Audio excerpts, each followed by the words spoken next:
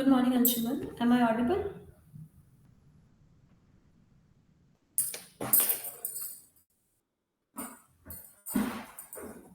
Hello.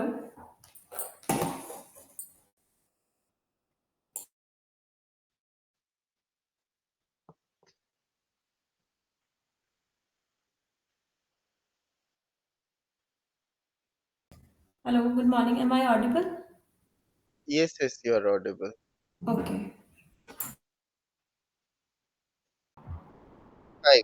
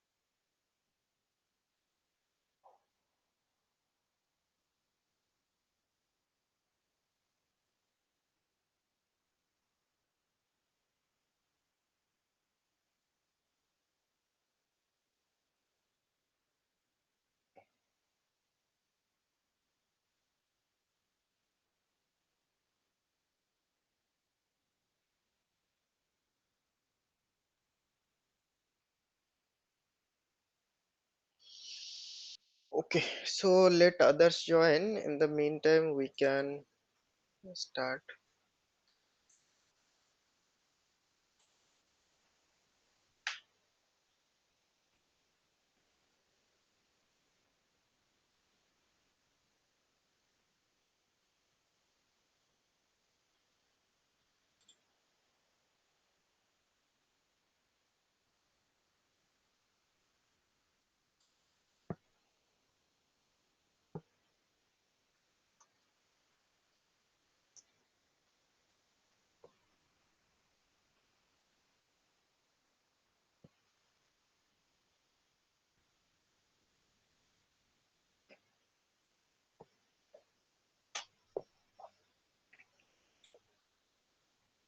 Okay, fine. So basically, yesterday we have completed the organization structure. So today we are going to start the master data. Just a second. Anshuman एक doubt था कल इसमें Hmm, जैसे example एक parent company है Tata Sons for hmm, example hmm, और उसकी दो child companies for example TCS और टाटा स्टील। hmm, अभी जब हम कंपनी कोड्स क्रिएट करते हैं जैसे तो hmm, हमें जैसे टाटा स्टील के लिए कंपनी कोड रहेगा, एक टीसीएस के लिए कंपनी कोड रहेगा और hmm, उन्हीं के अंडर में हम प्लांट्स वगैरह सब बनाएंगे। तो hmm. हमें क्या टाटा सन्स के लिए भी ऐसे कंपनी कोड बनाना रहेगा क्या? नहीं, वो कंपनी बनेगा ना। सबसे पहले जो हमने कंपनी देखा था कल, अच्छा अच्छा, ठीक है। वो पहले कंपनी बनेगा। ठीक ठीक। और हाँ, नॉर्मली वो मैंडेटरी नहीं रहता है क्योंकि वहाँ पे कोई डेटा वगैरह कुछ नहीं रहता है। तो या तो आप क्लाइंट के अंदर सारा डेटा रख सकते हो या फिर आप एक कंपनी भी बना सकते हो कि फॉर द रेफरेंस आप एक कंपनी बना सकते हो। ओके। ओके,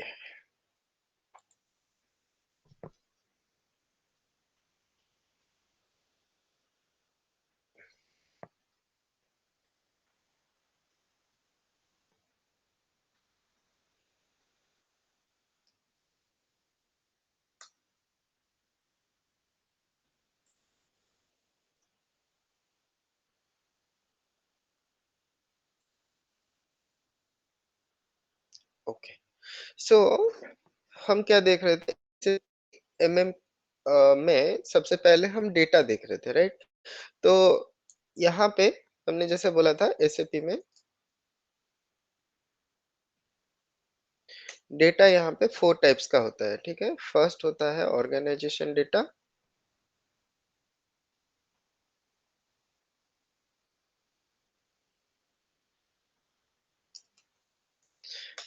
दूसरा होता है हमारा मास्टर डेटा, तीसरा होता है हमारा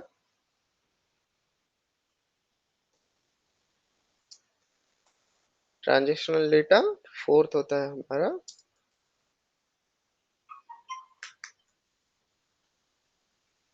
रिपोर्ट्स। तो ये 4 चीज़ें होता है हमारा एसएपी के अंदर। एसएपी का डेटा अगर हम मान के चलेंगे, तो एसएपी के अंदर ये 4 डेटा हमारा रहता है। तो हम अग सबसे पहले हमने ऑर्गेनाइज़ेशन डेटा जो है वो हमने कंप्लीट कर दिया या फिर क्रिएट कर दिया है, राइट?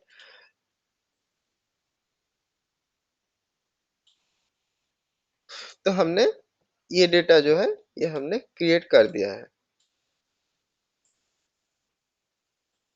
अभी हमारा नेक्स्ट डेटा जो है, यहाँ पे मास्टर डेटा है। तो ऑर्गेनाइज़ेशन डेटा यानी कि हम यहाँ पे सपोज़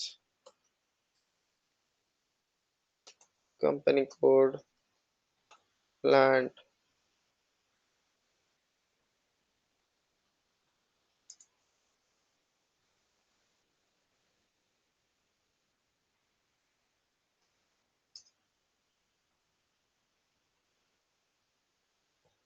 परचेज़िंग ऑर्गेनाइज़ेशन,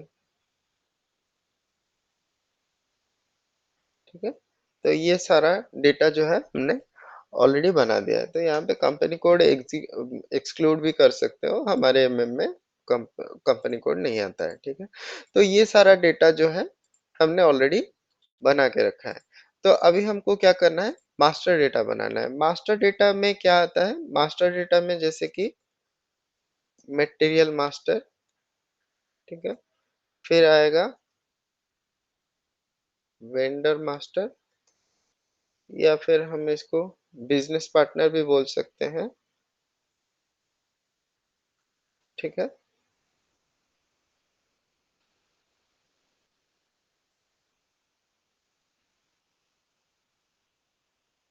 ठीक है?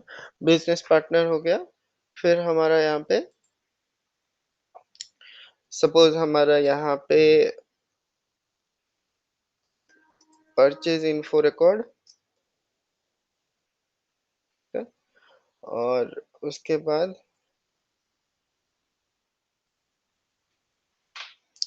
परचेज़ इन्फो रिकॉर्ड, उसके बाद हमारा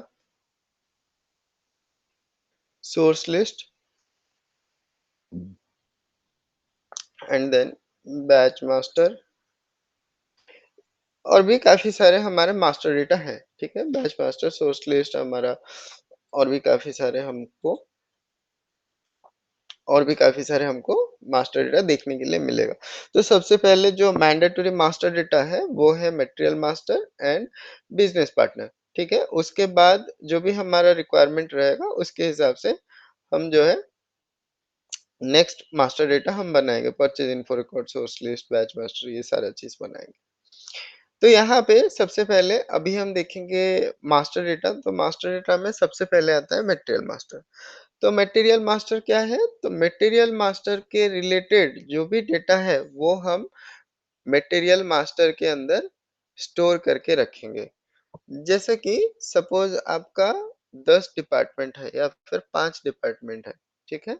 सपोज़ एक परचेज़िंग का डिपार्टमेंट है, सेल्स का डिपार्टमेंट है, मैन्युफैक्चरिंग का डिपार्टमेंट है, वेयरहाउसिंग का डिपार्टमेंट है, राइट? तो ये सारे डिपार्टमेंट के लिए डिफरेंट डिफरेंट डेटा चाहिए। जैसे कि फॉर एग्ज़ाम्पल अगर परचेज़िंग साइड के लिए बोले, तो परचेज़िंग के लिए कुछ परचेज़िंग टर्म्स एंड कंडीशन चाहिए, राइट? तो कैसे परचेज़िंग होगा, क्या उसका परचेज़िंग का सपोज़ हमारा यूनिट क्या रहेगा, राइट? यूनिट ऑफ मेजर क्या रहेगा, देन हमारा अगर कोई उसको रिमाइंडर भेजना पड़ेगा, तो ये सारे परचेज़िंग का डेटा है। सिमिलरली हमारा सेल्स का डेटा रहेगा कि कौन-सा आइटम कैटेगरी रहेगा, कौन-सा अवेलेबिलिटी चेक रहेगा, ये सारी चीज़ हम सेल्स साइड में देख सकते हैं। सिमिलरली हमारा सपोज़ मैन्युफैक्चरिंग साइड में हम देख सकते हैं कि हमारा कोई प्लानिंग वगैरह है कि नहीं है, कोई प्रोफाइल वगैरह है कि नहीं है, तो वो सारी चीज़ें हम वहाँ पे मेंटेन कर सकते हैं। सिमिलरली अगर हमारा वेयरहाउसिंग सेक्शन रहेगा, तो वेयरहाउसिंग में कैसे उसको स्टोर करना है, उसका यूनिट क्या है, उसका मेजरमेंट क्या है, तो ये सारा चीज़ वहाँ पे स्टोर रहेगा। तो सभी को मिला के हम एक मास्टर डेटा बनाएँगे, जहाँ पे या फिर हम एक मटेरियल मास्टर बनाएँगे, जहाँ पे ये सारी चीज़ें एक जगह पे अवेलेबल रहेगी, ठीक है? तो एक सिंगल प्लेस पे ये हमारा सारा डेटा रहेगा, इसीलिए हम इसको मास्टर बोलते हैं, ठीक है? तो मास्टर डेटा बोलते हैं। तो यहाँ पे मटेरियल मास्टर, तो मटेरियल मास्टर जो है, मटेरियल रिलेटेड जो भी इंफॉर्मेशन है, वो सारा कुछ मटेरियल मास्टर के अंदर रहेगा, ठीक है? समझ में आया इतना तक? Yes, Anshul.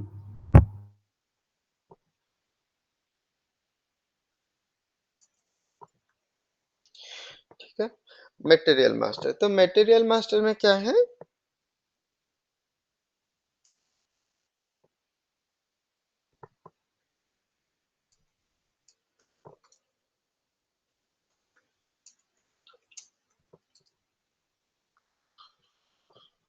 ठीक है?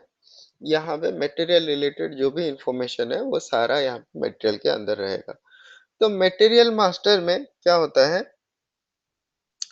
अगर हमको मटेरियल को डिस्टिंग्विश करना है या फिर हमको उसको सपोज कैटेगराइज करना है, क्लासिफाई करना है, तो हम कैसे कर सकते हैं? क्योंकि काफी सारे मटेरियल्स रहते हैं, different different type of material रहते हैं, different different attribute of material रहता है, जैसे कहाँ पे यूज कर रहे हो, कैसे यूज कर रहे हो, उसका प्रॉपर्टीज क्या है, राइट?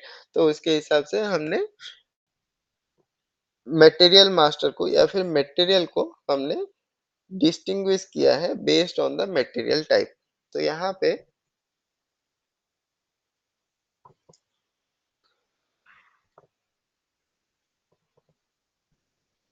मटेरियल टाइप जो है, वो एक आपका क्लासिफिकेशन या फिर कॉन्फ़िगरेशन है, जहाँ पे हम क्या कर सकते हैं, मटेरियल को बेस्ड ऑन देयर यूसेज और बेस्ड ऑन देयर एट्रीब्यूट्स हम यहाँ पे डिस्टिंग्विश कर सकते हैं या फिर हम उनको सपोज सेपरेट कर सकते हैं, ठीक है? या फिर उनको एक सेग्रीगेशन कर सकते हैं कि कौन सा मटेरियल टाइप है।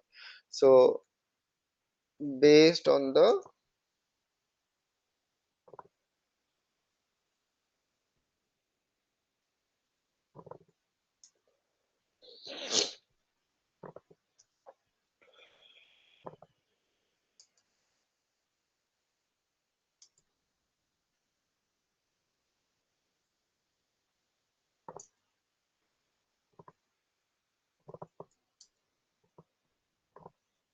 ठीक है? तो मटेरियल टाइप में क्या किया गया है, बेस्ड ऑन द एट्रीब्यूट्स उनको क्लासिफाई किया गया है इनटू मटेरियल टाइप।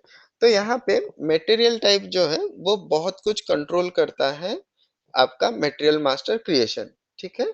तो यहाँ पे material type is a control function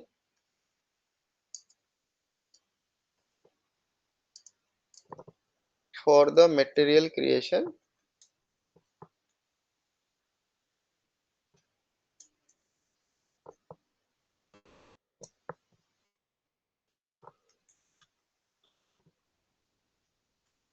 for the it is a control for the material creation, and it will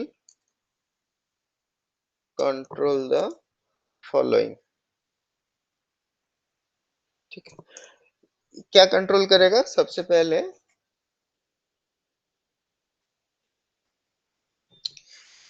पहले ये क्या कंट्रोल करेगा? नंबर रेंज, ठीक है? तो नंबर रेंज यहाँ पे इंटरनल रहेगा या फिर एक्सटर्नल रहेगा, ठीक है?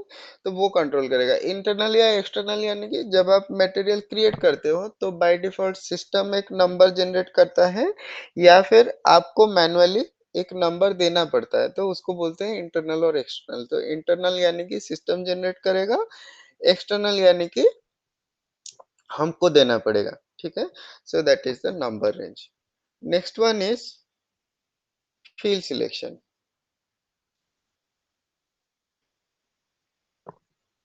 ठीक है? तो फील्ड सिलेक्शन में क्या रहता है, नॉर्मली सपोज हमको कोई फील्ड जब हम मटेरियल बनाते हैं तो वहाँ पे काफ़ी सारे फील्ड्स रहते हैं, यानी कि काफ़ी सारा डेटा रहता है, ठीक है? तो वो डेटा में सपोज कौन सा डेटा मैंडेटरी रहेगा, कौन सा डेटा ऑप्शनल रहेगा, कौन सा डेटा डिस्प्ले रहेगा, यानी कि हम उसको चेंज नहीं कर सकते हैं, या फिर कौन सा फील्ड जो है वो हिडन रहेगा। तो ये सारा चीज जो है वो कौन कंट्रोल करता है, वो कंट्रोल करता है मटेरियल टाइप। ठीक है, उसके बाद जो नेक्स्ट है वो है हमारा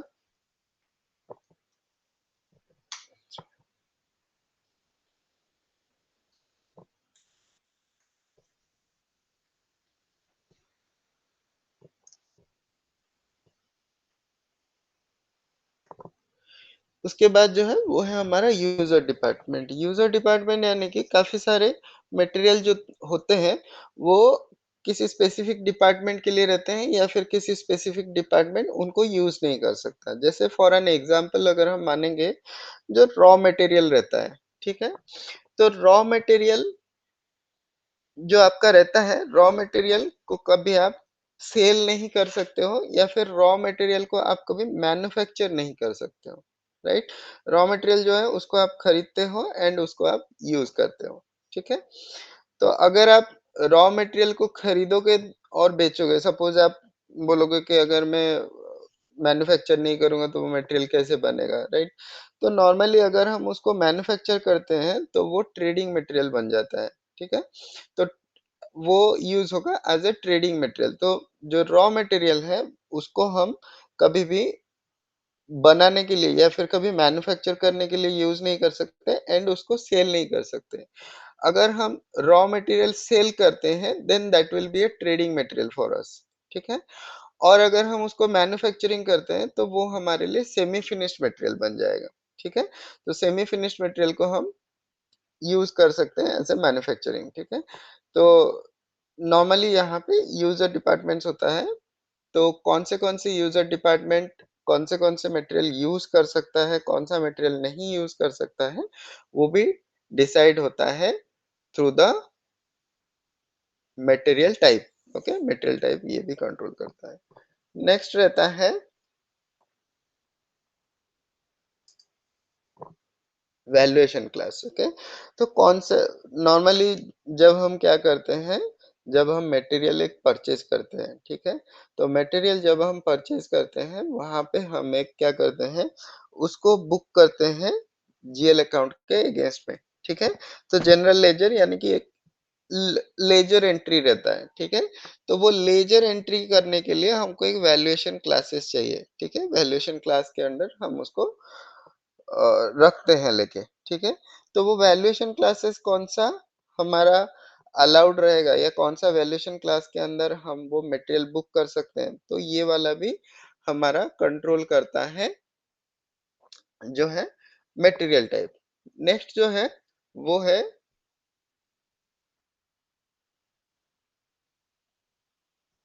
परचेजिंग। ठीक है,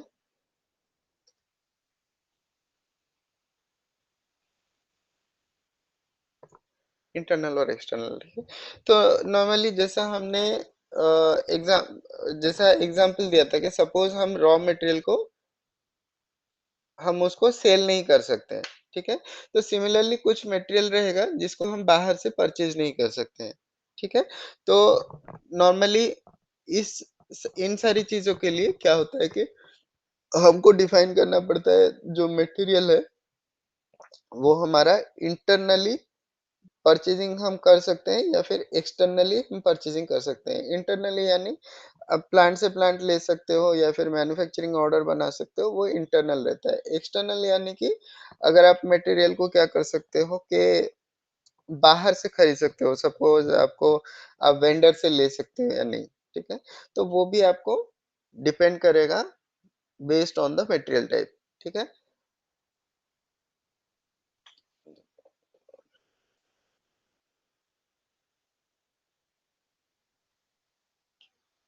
कोई अंशु क्वेश्चन? हाँ, हाँ, वैल्यूएशन क्लास नहीं समझ आया ये। हाँ, वैल्यूएशन क्लास थोड़ा सा नया कॉन्सेप्ट है, हम थोड़ी देर में उसको समझेंगे। ठीक है, वैल्यूएशन क्लास अभी के लिए इतना समझो कि जब भी मटेरियल आप परचेज करते हो तो उसको एक जीएल अकाउंट या फिर एक लेजर अकाउंट के अगेंस्ट हम बुक करते हैं कि मटेरियल हम कौन से हेड के लिए खरीद रहे हैं। ठीक है, तो उसके लिए हम यूज करते हैं वैल्यूएशन क्लास। ठीक है, वैल्यूएशन क्लास हमारा एक कॉन्सेप्ट है।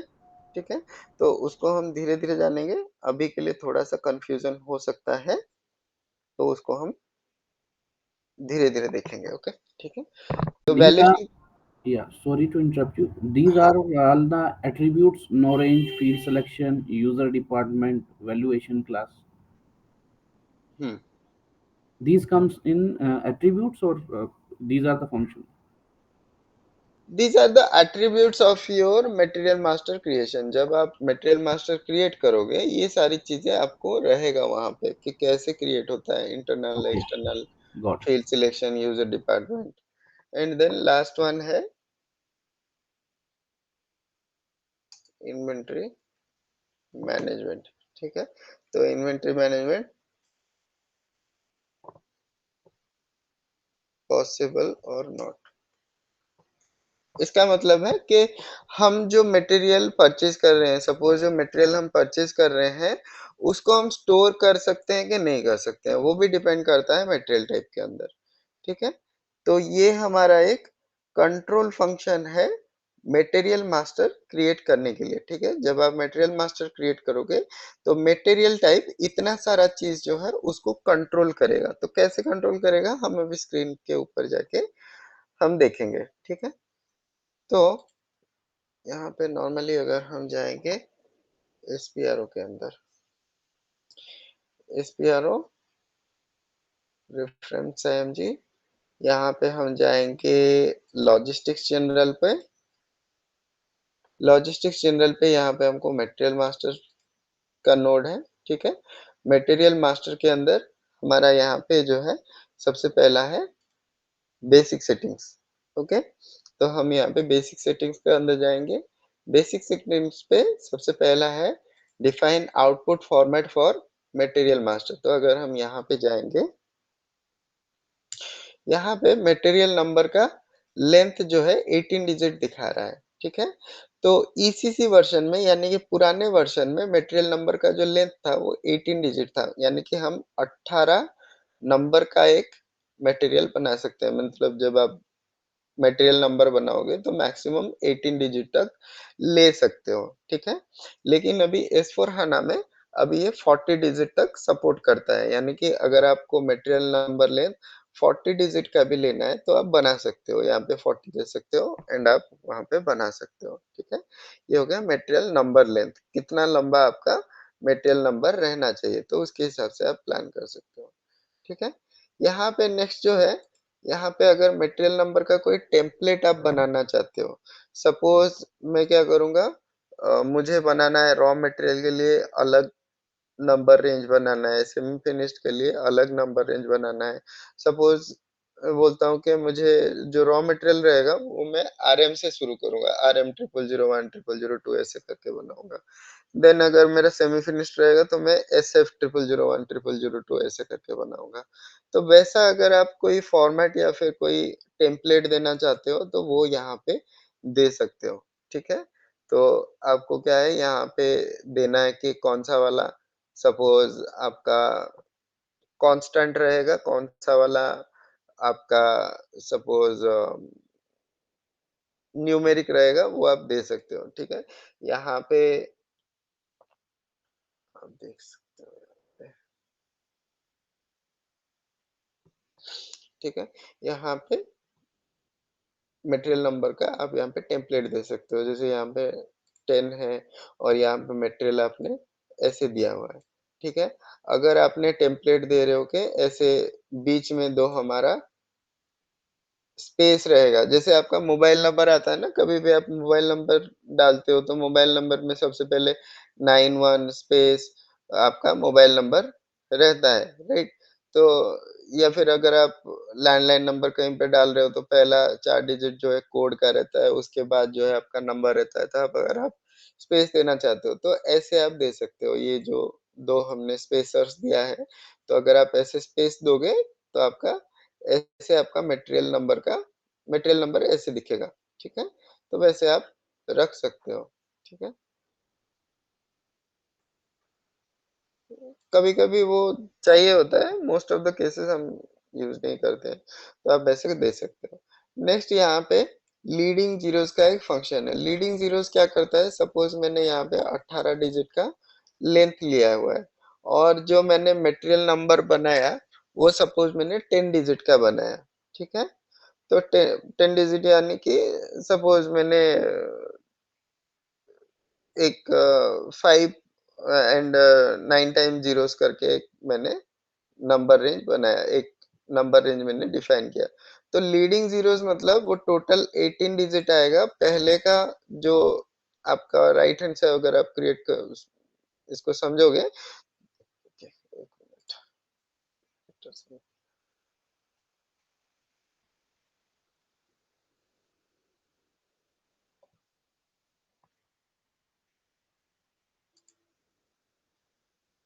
यहाँ पे अगर हम नंबर रेंज पे जाएँ, तो यहाँ पे आप देख सकते हो, जैसे कि मैंने यहाँ पे नंबर दिया है 1 टू 1000, ठीक है? नंबर जो है 1 टू 1000 है। तो यहाँ पे आप देख सकते हो कि प्रीवियसली बहुत सारे ज़ीरो दिख रहा है, ठीक है? यहाँ पे भी आप देख सकते हो, यहाँ पे कुछ नंबर रेंज दिया हुआ है, लेकिन प्रीवियसली और थोड़े ज़ीरोज़ हैं। यहाँ पे भी एक नंबर रेंज है, ये 10 डिजिट का नंबर है, 1, 2, 3, 4, 5, 6, 7, 8, 9 और 10 डिजिट का है, ठीक है? तो 10 डिजिट का नंबर है यहाँ पे और उसके प्रीवियसली, ठीक है, उसके पहले ये जीरोस आ रहा है, तो इसको बोलते हैं लीडिंग जीरोस, ठीक है। तो अगर आपका टोटल 18 डिजिट का नंबर रेंज है और आप यहाँ पे 10 डिजिट का नंबर रेंज बना रहे हो, देन आपका उससे पहले जो 8 डिजिट रहेगा या 8 डिजिट रहेगा वो जीरोस में आएगा, ठीक है।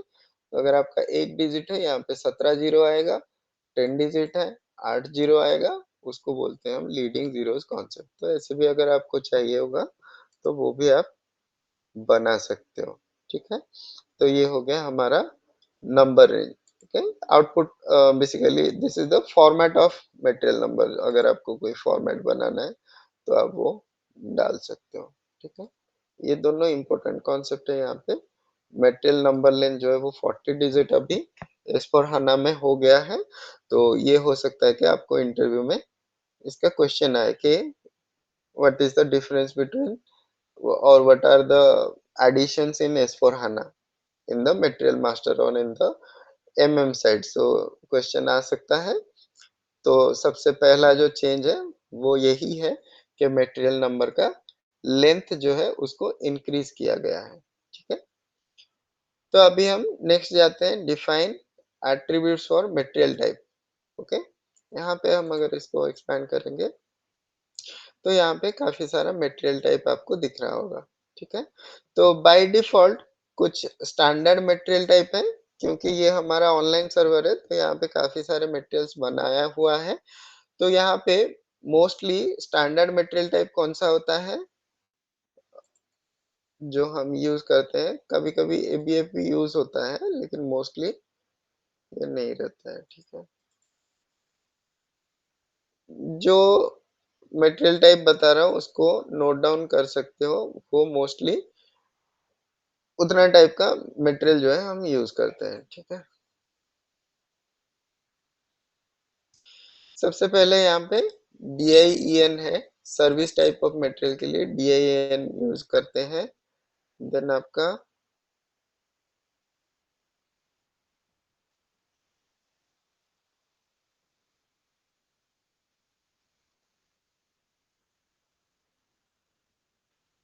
आपका यहाँ पे ERSA है, स्पेयर पार्ट्स, FERT है, finished material parts, finished good के लिए FERT होता है। देन हम फूड टाइप का भी मटेरियल होता है, अगर फूड मटेरियल हम यूज कर रहे हैं। HALB होता है सेमी फिनिश्ड मटेरियल के लिए, HAWA होता है ट्रेडिंग गुड्स के लिए।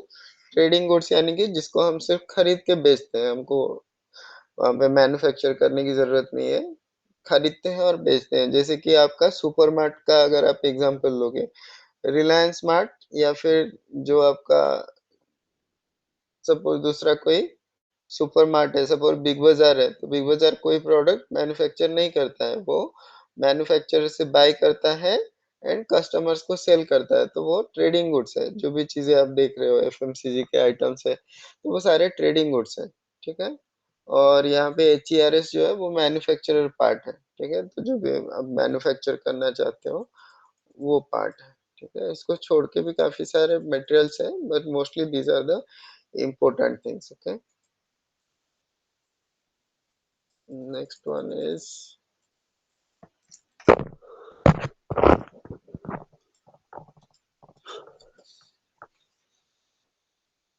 नेक्स्ट वन इज़ यहाँ पे पाइपलाइन मटेरियल है, पीआईपी का मटेरियल जो है वो पाइपलाइन के लिए है एंड देन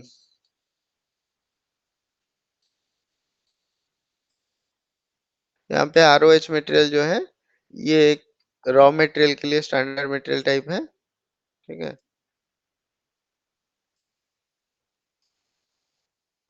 और एक मटेरियल टाइप है यहाँ पे सर्विसेज, ओके? ये मटेरियल जो एसईआरबी है, ये भी ऐड किया गया है, ठीक है?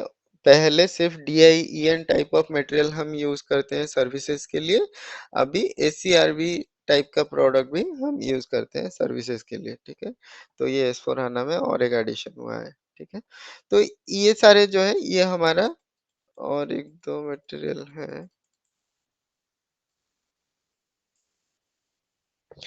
तो ये यूएनबीडब्ल्यू एक अनवैल्यूएटेड नॉन वैल्यूएटेड मटेरियल है, लेकिन उसको ये मोस्टली जितना सारा मटेरियल टाइप हमने देखा, वही मोस्टली हमारे इम्पोर्टेंट है, वही हमको यूज करना है हमारे आगे आने वाले क्लासेस में। एंड जब आप जाओगे सपोज काम करने के लिए या फिर अगर आप जॉब पे जाओगे, तो उस टाइम पे भी आपको यही सारे material most of the time आपको देखने के लिए मिलेगा, ठीक है? एक बार बैक चले जाते हैं दोबारा से, ठीक है? तो अभी हमने देखा कि कौन से type of different material types जो है वो रहते हैं, हम जिसको जिस टाइप का मटेरियल हम बना सकते हैं। तो यहाँ पे नॉर्मली क्या होता है कि अगर आपको कोई मटेरियल टाइप को कस्टमाइज करना है, ठीक है? तो आप उसको कस्टमाइज कर सकते हो कैसे? स्टैंडर्ड को बिना चेंज किए आप इसको सिलेक्ट कॉपी करो, कॉपी करके आप अपना मटेरियल टाइप खुद का बनाओ। अगर वहाँ पे आपको कुछ सपोज फील्ड सिलेक्शन चेंज करना है, कुछ यूजर डिपार्टमेंट चेंज करना है, अगर आपको कुछ चीज़ें वहाँ पे चेंज करना है तो आप कर सकते हो, लेकिन स्टैंडर्ड टाइप पे कभी चेंज मत करना। वहाँ पे कॉपी करके दूसरा एक मटेरियल टाइप बना देना, जैसे आरओएच का यहाँ पे आरओएचएफ काफ़ी सारे मटेरियल्स बनाया गया है। यहाँ पे एसआरओएच बनाया गया है, ठीक है? यहाँ पे एसएसआरएच बनाया गया है।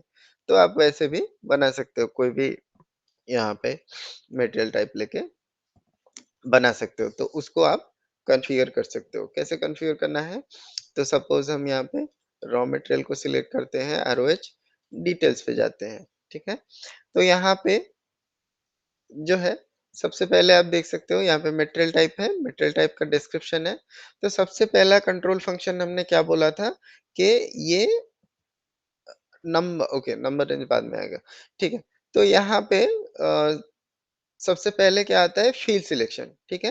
तो यहाँ पे आप जनरल डेटा पे देख सकते हो, फ़ील्ड रेफ़रेंस के लिए यहाँ पे एक फ़ील्ड सिलेक्शन ग्रुप दिया गया है, स्क्रीन रेफ़रेंस के लिए भी यहाँ पे एक फ़ील्ड सिलेक्शन ग्रुप दिया गया है।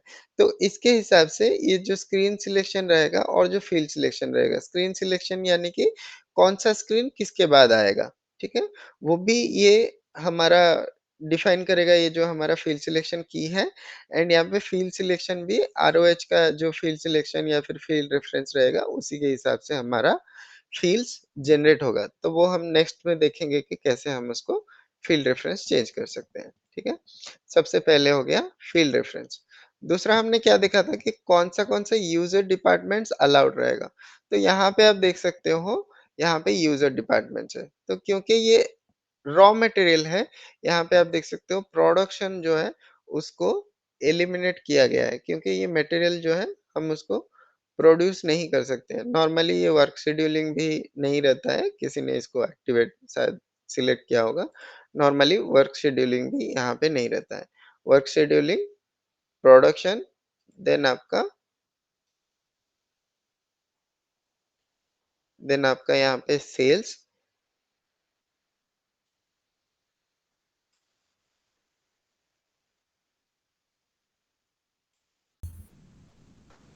अ, अंशुल फिर कौन डिसाइड करता है कि ये यूज़र डिपार्टमेंट में क्या-क्या सिलेक्ट रहेगा? ये क्लाइंट साइड से डिस्कस होगा कि ये खुद ही ये सब स्टैंडर्ड न रहता है? नॉर्मली ये जो रहता है ये स्टैंडर्ड रहता है, ठीक है? ये एज़ अ स्टैंडर्ड, जैसे रॉ मटेरियल मैन्युफैक्चर नहीं करेगा, राइट?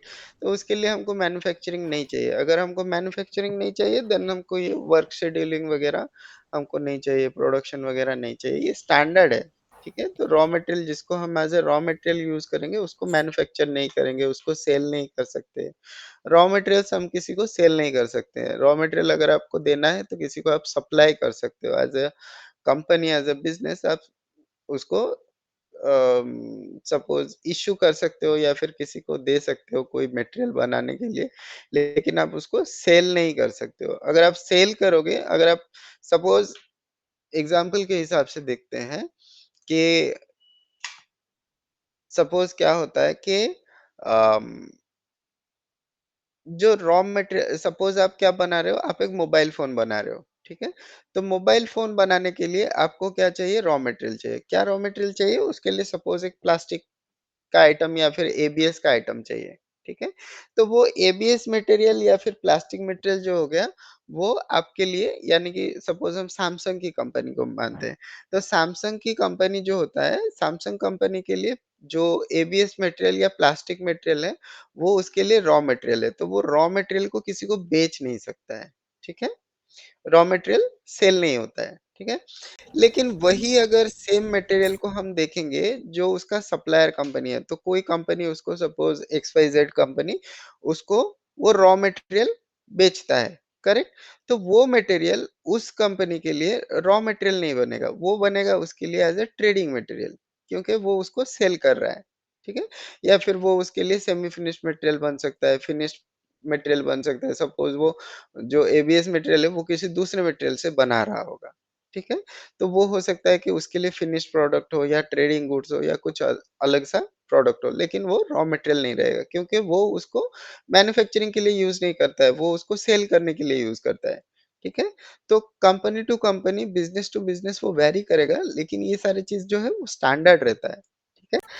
मोस्टली हाँ। कोई डॉक्यूमेंट है जिसमें ऐसे ये मटेरियल टाइप बहुत सारे हैं जो हम जनरली यूज़ करेंगे, तो हुँ, उसमें ये यूज़र डिपार्टमेंट भी वरी करेगा सबके लिए कि क्या-क्या रहेगा।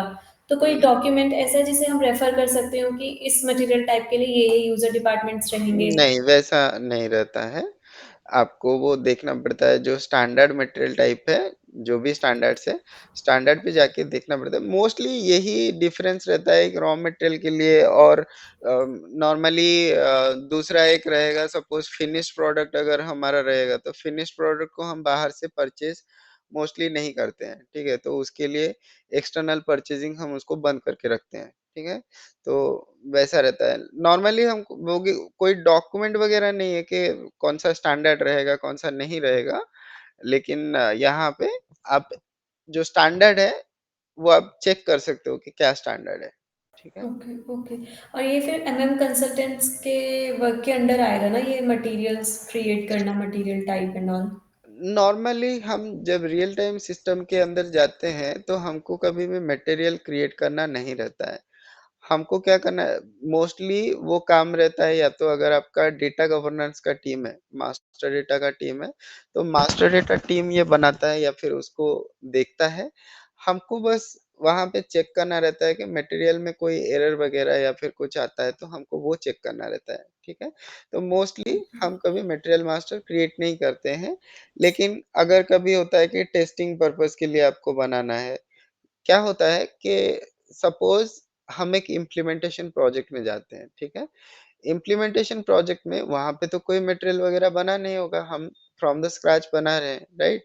तो उस केस में स्टार्टिंग में आपको मटेरियल मास्टर बनाना पड़ेगा, ठीक है? That is the first instance that आपको बनाना पड़ेगा। अगर आपको किसी को डेमो दिखाना है, अगर आपको किसी को फॉर्मेट दिखाना है, तो उस केस में आपको मटेरियल जो है वो बनाना पड़ेगा। लेकिन मोस्ट ऑफ द केसेस क्या होता है, सारे बिज़नेसेस के पास ऑलरेडी मटेरियल्स वो लोग यूज़ करते हैं। ऐसा नहीं है कि वो लोग कुछ नया मटेरियल जनरेट कर रहे हैं, तो वो लोग ऑलरेडी मटेरियल्स जो है यूज़ करते हैं, तो उसको हम क्या करते हैं, जैसे हम अगर हम मटेरियल में जाएँगे, 1 मिनट दिखाता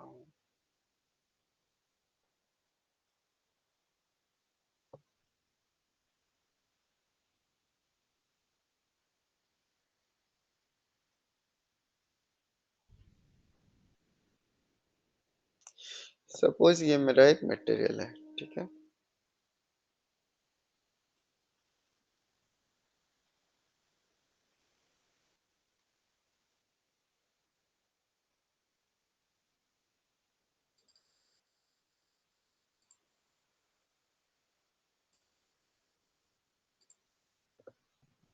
ये सपोज़ मेरा एक मटेरियल मास्टर है, ठीक है?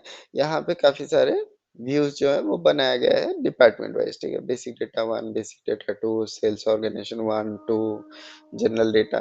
तो यहाँ पे काफ़ी सारे फ़ील्ड्स जो है वो मेंटेन है, ठीक है? जैसे कि यहाँ पे material number, description, base unit of measure, material group, old material number, external material group और यहाँ पे weight, net weight gross weight, volume यून यूनिट ऑफ वेट। तो यहाँ पे काफ़ी सारी चीज़ें बनाया गया है। तो इनिशियल पीरियड में आपको एक मटेरियल हो सकता है कि आप बना सकते हो, ठीक है? एक मटेरियल आप बना के यहाँ पे डिफरेंट-डिफरेंट जो भी व्यूज़ रहेगा उसको आप दे सकते हो कि कौन सा डेटा रहेगा। यहाँ पे सपोज़ मैं सेल्स में जाता हूँ, तो सेल्स में जो भी डेटा है, ठीक है? यहाँ पे आप ऑर्गेनाइजेशन लेवल ऐड करोगे तो आपको मिल जाएगा। सेल्स ऑर्गेनाइजेशन मेंटेन नहीं है। ठीक है। तो जब आप यहाँ पे ऑर्गेनाइज़ेशन मेंटेन करोगे तो फुल डेटा यहाँ पे दिखेगा, ये अभी हाफ ऑफ द डेटा दिखा रहा है। तो जो भी डेटा है वो डेटा के हिसाब से आपको क्या करना पड़ेगा, एक फॉर्मेट बनाना पड़ेगा, ठीक है?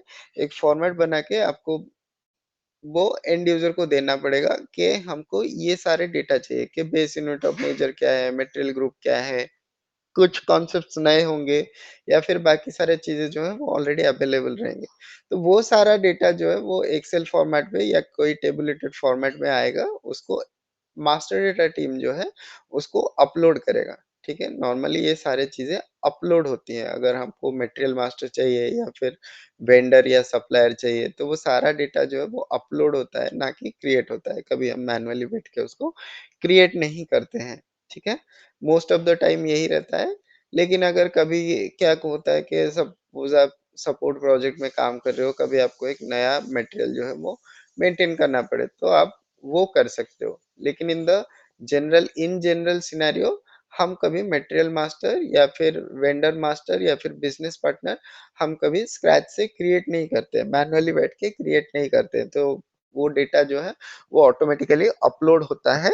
आपको क्लाइंट से या फिर कस्टमर से वो डेटा लाना है या फिर एमडीएम का अगर टीम रहेगा तो वो एमडीएम टीम हैंडल करता है। वो लोग नॉर्मली डेटा जो है वो कैप्चर करते हैं फ्रॉम द क्लाइंट एंड उसको वो लोग अपलोड करते हैं। There are let's say data upload tools are there, so data upload tool में वो लोग अपलोड करते हैं, तो वो क्या होता है बैक एंड में ऑटोमेटिकली मटेरियल बनाता है। ठीक है,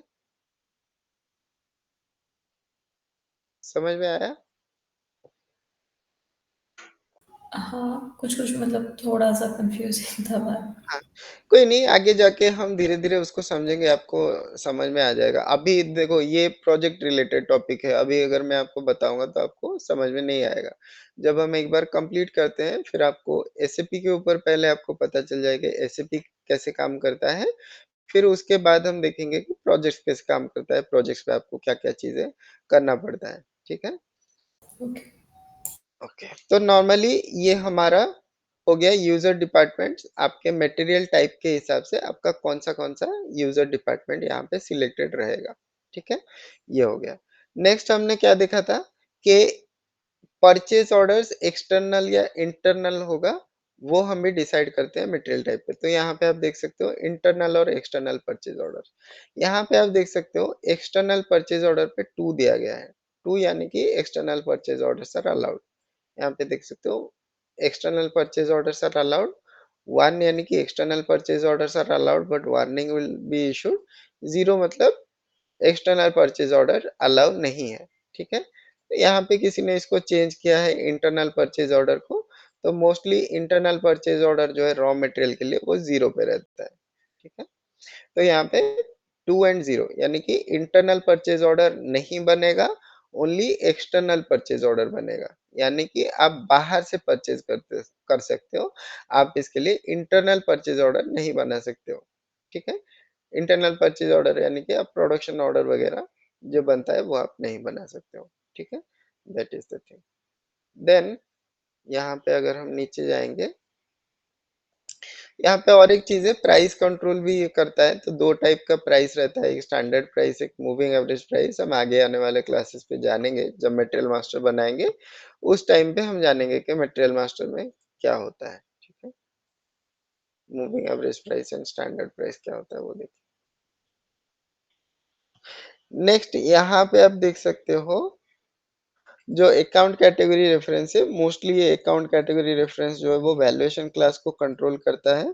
अभी के लिए इसको थोड़ा-सा होल्ड करते हैं, जब हम वैल्यूएशन क्लासेस पे जाएँगे तो हम डिटेल्स में जानेंगे वैल्यूएशन क्लास क्या होता है, अकाउंट कैटेगरी रेफरेंस क्या रहता है, वो सारी चीज़ें हम जानेंगे उस क्लास में, ठीक है? तो बेसिकली ये हमारा सारा हो गया कंट्रोल फंक्शन। एक हो गया हमारा field reference, screen reference, user departments, internal और एक्सटर्नल परचेज ऑर्डर, और यहाँ पे प्राइस कंट्रोल एंड आपका वैल्यूएशन कंट्रोल जो है वो रहता है। नेक्स्ट जो है हमको क्या करना है, हमको देखना है कि यहाँ पे इन्वेंटरी मैनेजमेंट पॉसिबल है कि नहीं है। तो कैसे देख सकते हैं, यहाँ पे लेफ्ट साइड में एक हमारा इंडिकेटर है, क्वांटिटी एंड वैल्यू अपडेटिंग, ठीक है? अगर हम यहाँ पे जाएँगे, तो यहाँ पे आप देख सकते हो ये वैल्यूएशन एरिया है, यानी कि हमारा प्लांट है। तो अगर हम जाएँगे हमने क्या बनाया था, IT10 कंपनी हमने बनाया था, राइट? IT10 कंपनी के लिए यहाँ पे quantity update and value update selected नहीं है। इसका मतलब क्या होता है, अगर हमको ये इन्वेंटरी मैनेजमेंट करना है, यानी कि हमको ये मटेरियल को, ये जो IT10 में अगर हम रॉ मटेरियल परचेज़ कर रहे हैं, उसको अगर हमको स्टोर करना है, तो हमको ये क्वांटिटी अपडेट वाला चेक बॉक्स जो है वो सिलेक्ट करना पड़ेगा, ठीक है? हम अगर क्वांटिटी अपडेट सिलेक्ट करते हैं, देन ओनली आप उसको, जब आप गुड्स रिसीव करो, तो वो आपका क्या होगा कि वो स्टोर होगा, ठीक है? अगर ये क्वांटिटी अपडेट सिलेक्टेड नहीं है, देन आप उसको स्टोर नहीं कर सकते हो। कैसे नहीं कर सकते हो, क्या नहीं कर सकते हो, वो हम बाद में देखेंगे। मोस्टली अगर हमारा क्वांटिटी अपडेट सिलेक्टेड नहीं होगा, देन हम ये जो मटेरियल टाइप है, ये मटेरियल टाइप के अंडर हम जो भी मटेरियल क्रिएट करेंगे, वो मटेरियल टाइप को हम क्वांटिटी में शो नहीं कर सकते। मतलब वो हमारा क्वांटिटी शो नहीं करेगा, मतलब वो स्टोरेज लोकेशन में नहीं दिखाएगा। इसका मतलब क्या होता है कि सपोज़ आपको मटेरियल चाहिए दूसरे डिपार्टमेंट के लिए। सपोज़ हम एग्ज़ाम्पल के हिसाब से लेते हैं कि आपको मटेरियल जो है वो मेंटेनेंस डिपार्टमेंट के लिए चाहिए, ठीक है? तो वो मटेरियल आप क्या कर रहे हो, आप उसको स्टोर नहीं करोगे। आप उसको डायरेक्टली क्या करोगे, इश्यू कर दोगे। जब आपका मटेरियल रिसीव होता है, तो वो डायरेक्टली चला जाता है मेंटेनेंस डिपार्टमेंट के लिए। तो वो मटेरियल जो है वो आपको शो नहीं करेगा कि कितना क्वांटिटी बचा हुआ है, कितना क्वांटिटी है, वो शो नहीं करेगा। तो शो नहीं करेगा मतलब वो हमारे इन्वेंटरी में नहीं है, ठीक है? तो इसका मतलब होता है इन्वेंटरी में नहीं है। तो अगर आपको इन्वेंटरी सिलेक्ट करना है, आपको वो इन्वेंटरी में एंटर करना है, देन आपको ये क्वांटिटी अपडेटिंग वाला सिलेक्ट करना पड़ेगा, ठीक है? दूसरा जो है वो है वैल्यू अपडेटिंग। सिमिलरली यहाँ पे आपको प्राइस अपडेट भी नहीं दिखाएगा अगर आप वैल्यू अपडेशन सिलेक्ट नहीं करते हो। यानी कि अगर आप क्वांटिटी, सपोज मैंने क्वांटिटी अपडेट सिलेक्ट किया है लेकिन वैल्यू अपडेट सिलेक्ट नहीं किया है, तो इसके अगेंस्ट में मेरा कोई, मैं इनवॉइस नहीं बना सकता हूँ, ठीक है? अगर वैल्यू अपडेट नहीं रहेगा तो इनवॉइस नहीं बन सकता है, डायरेक्टली आपको जो है वो सेटलमेंट करना पड़ेगा, ठीक है? जो भी मटेरियल आप परचेज़ कर रहे हो, उसके अगेंस्ट में आपको सेटलमेंट प्रोसेस जो है फॉलो करना पड़ेगा, ठीक है? तो ये 2 इंडिकेटर है, थोड़ा-सा कन्फ्यूजिंग है। आगे आने वाले क्लासेस में धीरे-धीरे ये क्लियर हो जाएगा, क्वांटिटी अपडेटिंग क्या है एंड वैल्यू अपडेटिंग क्या है, और ये कहाँ पे आपका ट्रिगर होता है, ठीक है? सिमिलरली अगर हम यहाँ पे बैक जाएँगे, यहाँ पे नेक्स्ट और भी इंडिकेटर्स है, जैसे पाइपलाइन मैंडेटरी। अगर आप पाइपलाइन वाले मटेरियल यूज़ कर रहे हो, तो उस केस पे आपका ये quantity updating and value updating select नहीं रहेगा, एंड आपका पाइपलाइन मैंडेटरी जो है वो सिलेक्टेड रहेगा। अगर हम बैक चलते हैं,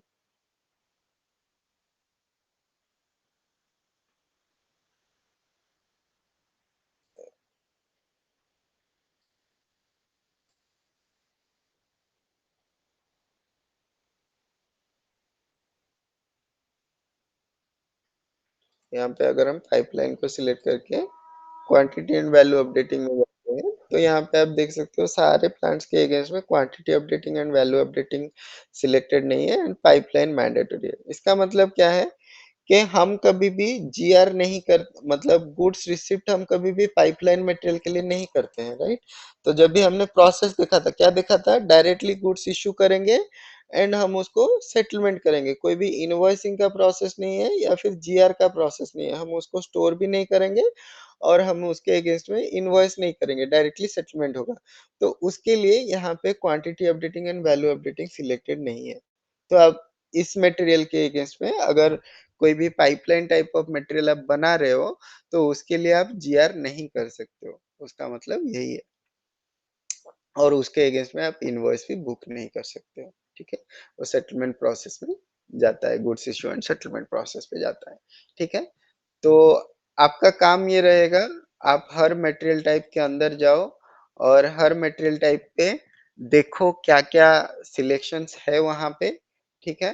तो okay, okay, so by this weekend we will try to get you the server, ठीक है।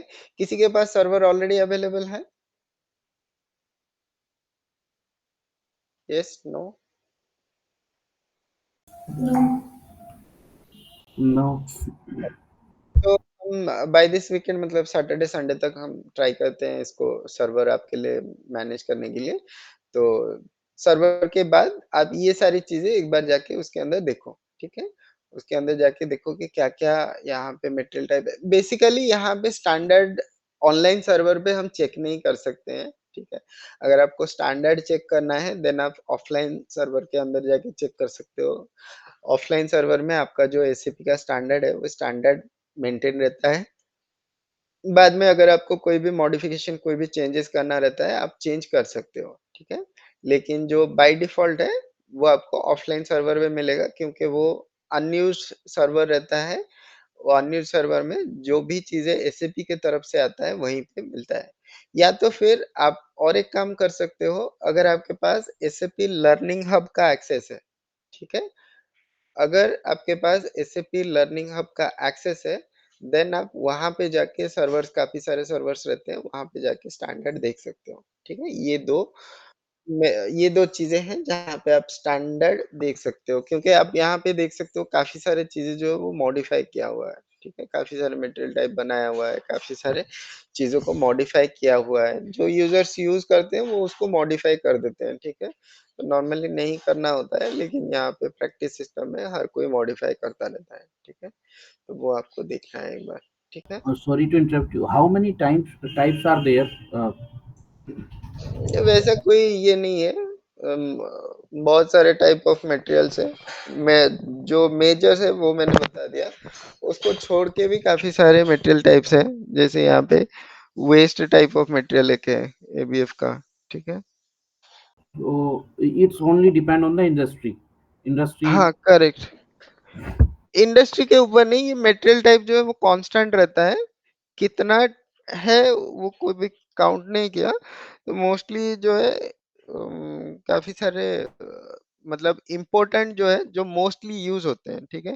काफी सारा जगह पे ये वेस्ट टाइप भी यूज होता है, ठीक है। अकॉर्डिंग टू यूसेज आप देख सकते हो, Sure, sure. Got ठीक it. है। हाँ, तो basically that is all okay. So और एक चीज था मटेरियल टाइप में कंट्रोल फंक्शन, हमने और एक देखा था, right. That is your number ranges, ठीक है। Number ranges. तो अगर हम यहाँ पे define number ranges for each material type पे जाएंगे, यहाँ पे हमको इंटरवल्स पे हमको नंबर रेंज मिल जाएगा। और यहाँ पे आपको नंबर रेंज इंटरवल्स अगर कुछ ऐड करना है तो आप ऐड कर सकते हो, चेंज करना है तो चेंज कर सकते हो। यहाँ पे हमारा स्टेटस हम चेक कर सकते हैं। और यहाँ पे अगर हम जाएंगे,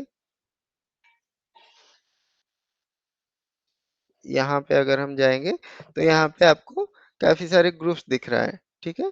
वो ग्रुप के अंदर अगर हम इसको सिलेक्ट करते हैं, डिटेल्स में जाते हैं, तो यहाँ पे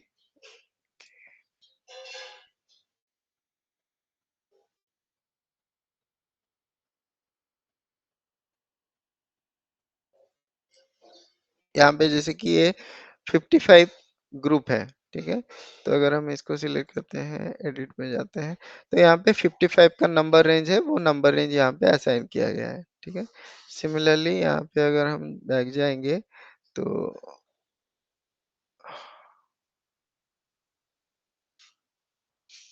सपोज ये 01 नंबर रेंज पे यहाँ पे इंटरनल और एक्सटर्नल दो नंबर रेंज है। यहाँ पे 01 एंड 02 है। अगर एक ग्रुप को सिलेक्ट करेंगे, एडिट पे जाएंगे, यहाँ पे 01 एंड 02 दो नंबर रेंजेस है। एक हमारा इंटरनल नंबर रेंज है, एक हमारा एक्सटर्नल नंबर रेंज है, ठीक है? 02 यहाँ पे एक्सटर्नल नंबर रेंज है, यानी कि अगर हमको कोई भी नंबर रेंज बाहर से हमको इनपुट करना है, मतलब हमको टाइप करके डालना है, तो ये नंबर रेंज हम कंसिडर कर सकते हैं। अगर हमको ऑटोमेटिकली बाय डिफॉल्ट सिस्टम हमारा जनरेट करेगा, तो वो ये वाला नंबर रेंज यूज करेगा, ये इंटरनल है। इंटरनल और एक्सटर्नल कैसे पता चलेगा? अगर एक्सटर्नल चेकबॉक्स टिक नहीं है देन वो इंटरनल है, अगर चेक्ड है देन वो एक्सटर्नल है, ठीक है? तो हम नेक्स्ट क्लास में देखेंगे कैसे हम नंबर रेंज क्रिएट कर सकते हैं और कैसे हम इसको एक ग्रुप में डाल सकते हैं या फिर डिफरेंट डिफरेंट ग्रुप में डाल सकते हैं, वो हम नेक्स्ट क्लास में देखेंगे। तो ये सारा था कंट्रोल फंक्शन मटेरियल टाइप का। मटेरियल टाइप इतने सारा चीजें जो है वो कंट्रोल करता है। Based on that we can create the material master, ठीक है? हम मटेरियल मास्टर हम क्रिएट कर सकते हैं based on the material type. Okay, तो जब भी आप मटेरियल मास्टर क्रिएट करोगे, सबसे पहला एट्रीब्यूट होता है मटेरियल टाइप डालना। यहाँ पे अगर हम /n/mm01 पे जाएंगे, ये टी कोड है हमारा मटेरियल मास्टर क्रिएट करने के लिए। तो सबसे पहले आपको यहाँ पे industry type and material type select करना पड़ता है कि कौन सा वाला मटेरियल टाइप आप बना रहे हो, उसी के हिसाब से यहाँ पे मटेरियल बनता है, ठीक है? वो क्रिएशन वगैरह सारा कुछ हम देखेंगे नेक्स्ट पार्ट में। उससे पहले कुछ कॉन्फ़िगरेशन है वो हम देखेंगे, जैसे कि material number range creation and all हम देखेंगे। तो नेक्स्ट क्लास यानी कि मंडे हम अगेन कनेक्ट करेंगे ऑन 7:30, ठीक है?